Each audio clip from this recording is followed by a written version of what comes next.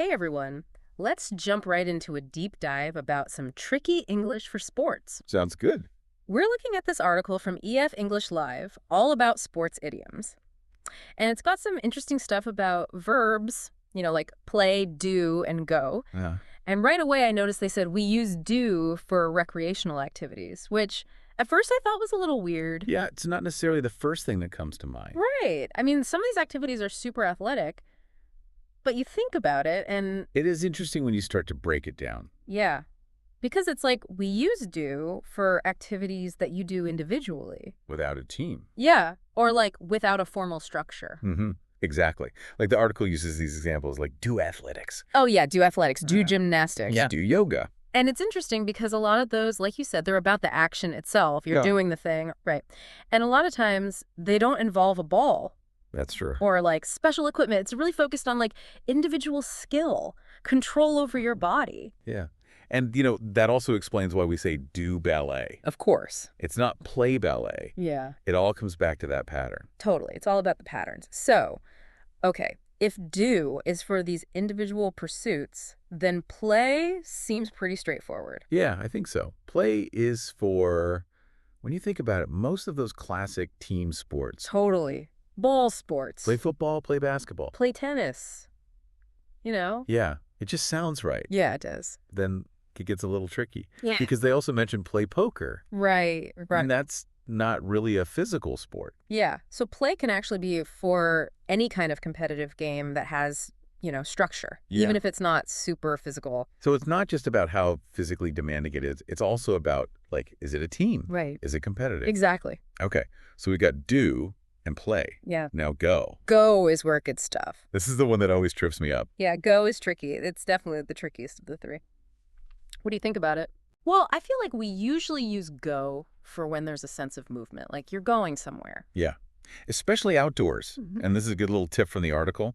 A lot of times those verbs end in ing. Oh, so like go sailing, go cycling, Yeah. Go ski. go swimming, go running. Exactly.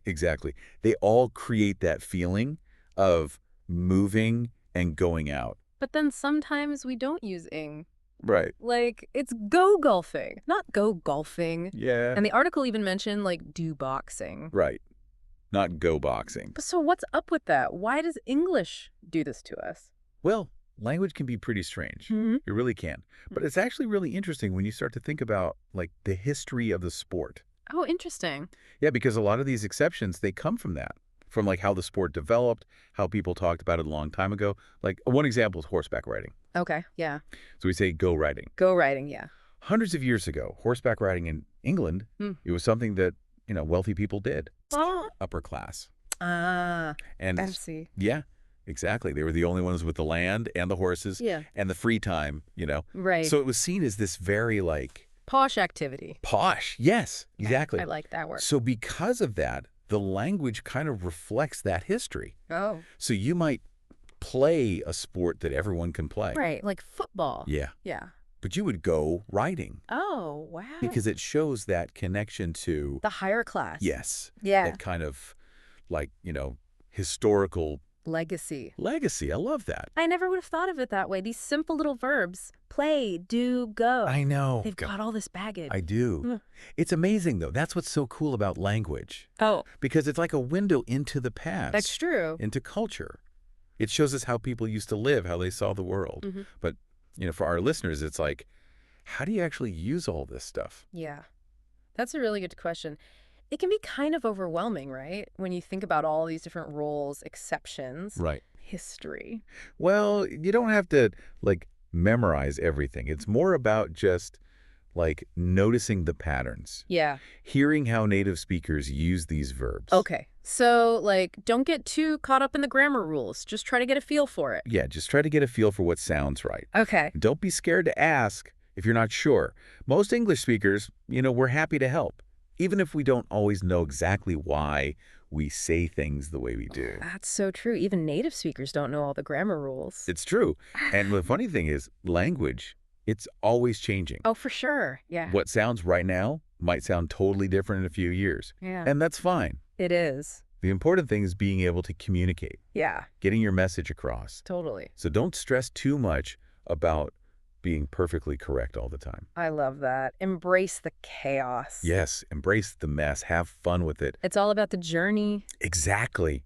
It's a journey. It's like we've been on this whole adventure. We started with play, Mm-hmm. do, go. And we ended up talking about posh horseback riders. Posh horseback riders. See, this is why I love these deep dives. Me too. You never know where you're going to end up. Exactly. You don't. But this ES English Live article, it had one more really good point I want to touch on. Okay, what is it? You ready for? Like one final challenge, one last little thing to think about. Okay, yeah, bring it on. Okay, hit me with it. What's this final challenge? So we were talking about how play is used for team sports and competitive games. Right. Like play basketball, play cards. Exactly. But there was this one line in the article, and it really got me thinking. Oh, what did it say? It said, and I'm quoting here, it said, play can be used for sports or activities with 2 or more people.